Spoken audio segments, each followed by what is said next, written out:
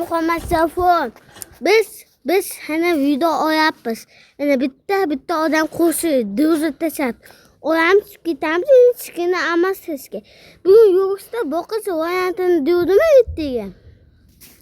Ashu yo'qsa boqish variantini yamiz.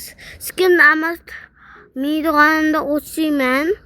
Iltimos kanalga obuna bo'ling. Biz sizga juda ham ko'p obuna qilyapmiz. Sen ummaga qo'ymayapsan. Ashundan 99 yo'qdi. Bu qizlardan qidamiz. Aslini o'ynaymiz do'stlar. Buni qidirish kampiy variantini o'ynaymiz. Qidiramiz. Chiqsa o'ynaymiz. Kampiy Masa oyunu oynaymiz. Bo'pti. Sizlar uchun masa oyunu oynaymiz do'stlar.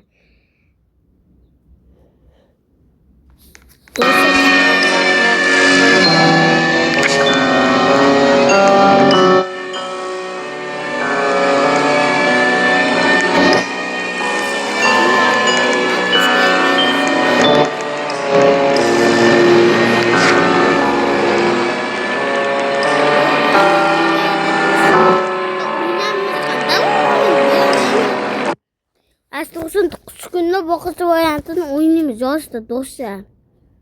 Kist ko'yibsan, musuqa qanqiz do'stlar. Endi aslini qidirish kerak. Uni bitumni qidiraman degan umiddaman, qidiraveramiz endi. Qachon chiqsa 99 kunda kampiy varianti o'ynaymiz-da do'stlar. Lekin u juda ham qiyin bo'ladi. Qiyin variant. Yana uni ko'chadan anaqa chiqib ketib, yangi chiqqanini o'ynaymiz. Biz yaxshi bo'lamiz.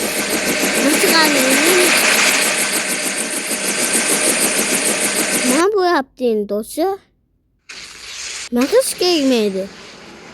Do'stlar, maqis kerak, to'g'rimayapman do'stlar. Maqisiga tushunmayapman. Hayda olmasa qilsa qo'ying. O'g'in tayimiz chunki biz